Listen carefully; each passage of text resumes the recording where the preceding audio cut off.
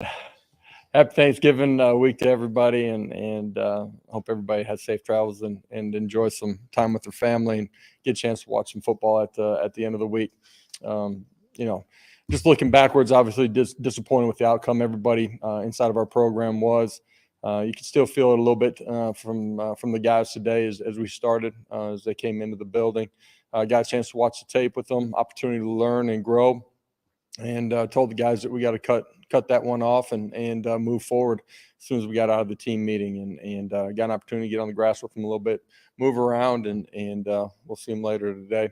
Looking forward to competing. This is a big game. One of the games that's circled by a big portion of our fan base, obviously in-state game, and important that we go finish this off the right way, and still have a lot of things that we're playing for. First and foremost, this is just our next opportunity to go play together. So looking forward to that opportunity. I'll open it up. There's a lot of speculation about Jeremy Banks. I'm hoping you can just add some clarity to this. Did he get in an altercation with a teammate? Was he suspended for the South Carolina game? Is he available for Vandy? We anticipate Jeremy being with us here this week, and as far as what transpired and those types of things, at the end of the day, he wasn't available this Saturday.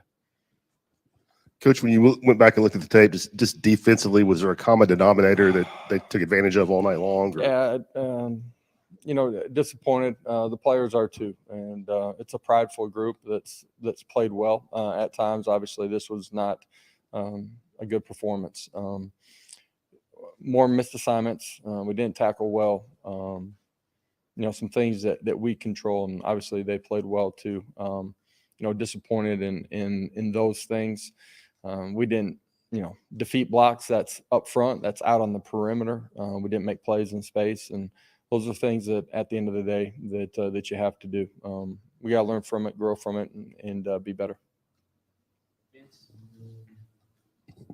Coach, you guys announced that Hendon Hooker had torn ACL. What can you say about him and his career? Yeah, hate it for him. Just how much he's poured into it, and the competitor that he is, and how much he's grown, and the opportunity here still on the back end of the season for him. He represents everything good in college football, and a young man that's learned how to become a grown man, that does it the right way, that cares about his teammates, that's grown outside of the game, that's grown inside of the game, that's put himself in a position to have a great future in the game too. And just hate that we don't get a chance to go compete with him again, and that he doesn't have that opportunity. For him, his future, he'll make some decisions here during the course of this week, and start moving on as far as getting healthy, and we're going to do everything that we can to help him in that process. You're one of the few teams in college football that has an experienced backup that's played a decent amount. Yeah. How much have you seen Joe grow? And because Taven's collarbone and now Hendon's ACL, do you have to kind of watch how you game plan with Joe just because there's no depth there, or do you just let it all hang out? Yeah, I mean, Gaston and Navy are two guys that have been in our system for a while, Gaston in particular. With Joe, we got to go play. We got to find a way to win this game. So we'll use them as needed in the run game too. And Joe has grown a bunch. You guys have seen the way that he's played when he's been given the opportunity. He's got really good command of what we're doing. We don't change what we do, and he'll be ready to go in this one. How different is he in the run game versus last year this time? Seems different. Yeah, well, I think he's a lot more comfortable in what we're doing. And so in the run game and in just his decision-making process, eyes, all of it, he's a lot further ahead than where we saw him at the beginning of last season. And, the guys around him have changed too. And, anticipate him playing at a really high level. What have you seen from Vanderbilt as a team? Obviously, 2 straight wins over Kentucky and Florida. What are they doing well here lately? Yeah, playing as a team. They've created turnovers, created plays on special teams defensively. Done a nice job here the last couple of weeks, making you earn it. They play hard. They're physical. You see that in all 3 phases of the game.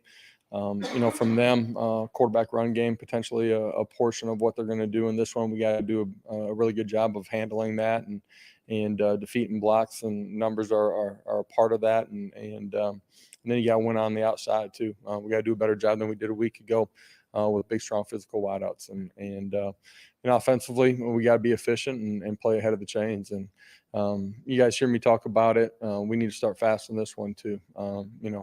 Defensively, the last couple of weeks, we haven't started as fast as we're capable of. We need to start fast in this one. Just when y'all went back and cleaned up the film, was there anything schematically you could have done defensively to put them in better positions, or was it just one of those nights where just plays weren't being made? I'm sure there's probably a couple of things that Coach Banks would change, but you're trying to balance everything too. You know what I mean? From your numbers count in the box to protecting your guys out on the outside. And at the end of the day, there's some plays that we're capable of making that we didn't make in some of the one-on-one situations, and just didn't play well enough.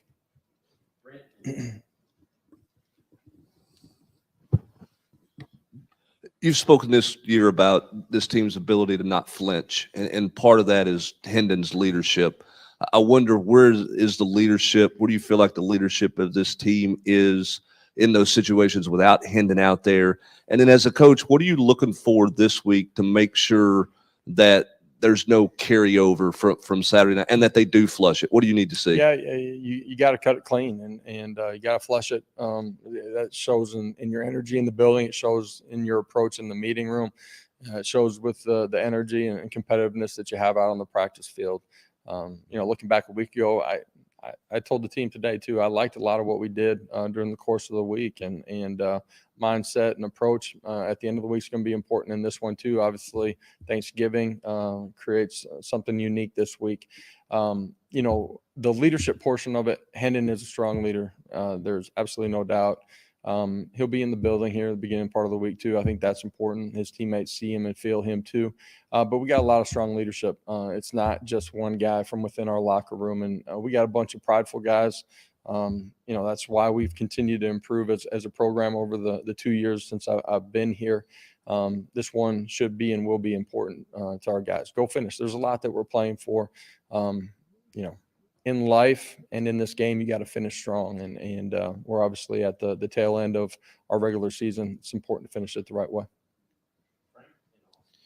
Coach, you saw when you made the announcement on Sunday that kind of social media was flooded with support for Hendon. What has it been like from your perspective to watch the way he's become almost larger than life with the fan base? Yeah, it's been a great journey with him, watching him through the journey, what he means to this program currently, but long-term too. He's got an unbelievable legacy that he's built here, and he's built it along with his teammates. And I got a question a minute ago just about, being able to finish. Man, this team's playing for a legacy too, and how you finish things. And Hendon, playing at as high a level as anybody in college football, anybody I've ever been around. And just the competitor that he is, everybody can see that. And it's been a huge part of setting some really solid cornerstone pieces to what this program is and is going to be in the future.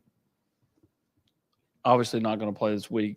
How much would you like to see him get that recognition for what you're talking about with a trip to New York as a finalist coming up here? And then any update on Brandon Turnage? Don't have an update on Brandon. We'll see here later this week. For Hendon, he's not going to have an opportunity to play the last regular season game, but the rest of the season, there's nobody playing at a higher level than he has. And you can see that in the way that we've played. The numbers that he's put up, he absolutely deserves the opportunity to be there. In some of the quarterback awards, anticipate him having an opportunity to win those.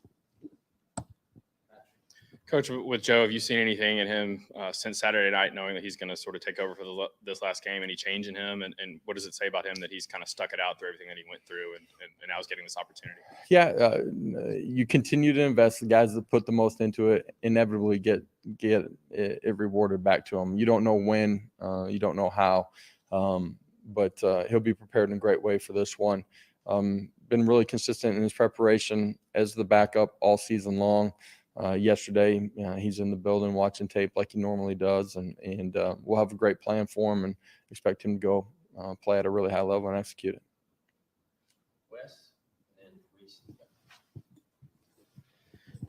Josh, how these days with the portal, how difficult is it to get or to keep a backup quarterback who's really got some combination of experience and a lot of ability? It just seems like there's not many of those guys out there right now. Yeah, the combination of that, we talked about it during the off season when he chose to stay, and you guys were asking those same questions. It's hard, it's rare. I think it speaks to the culture in the building, the culture inside of the quarterback room, his understanding of how he can grow as a player. And at the end of the day, you know, the biggest competition you have is with yourself to continue to develop and become the player that you're capable of. And he's approached it the right way. But I think it's a great lesson for a lot of guys throughout college football.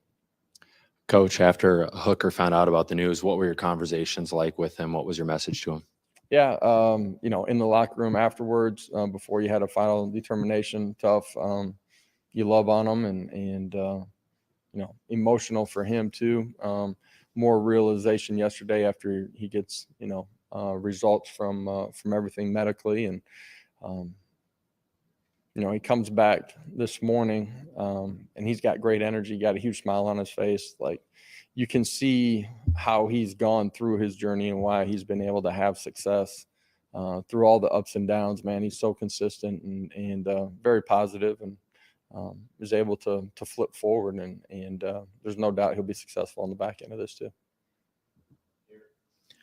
Josh, any update on Danico Slaughter? And you spoke on the importance of cutting it loose and moving on. Yeah. Have you seen anything from your team yesterday watching film, today at practice, that shows they have flipped that script and want to move on? Yeah, this morning you can still feel, you know, the sense of pain and opportunity lost as they came up the stairs in the position room. I thought, you know, as they exited the team room and really when we got on the field, there was good energy in what we were doing today. We'll see him again later today, but anticipate our guys having a great week of preparation and practice, man, and really do. Danico, don't know anything at this point. We'll know more here on the back end of the week.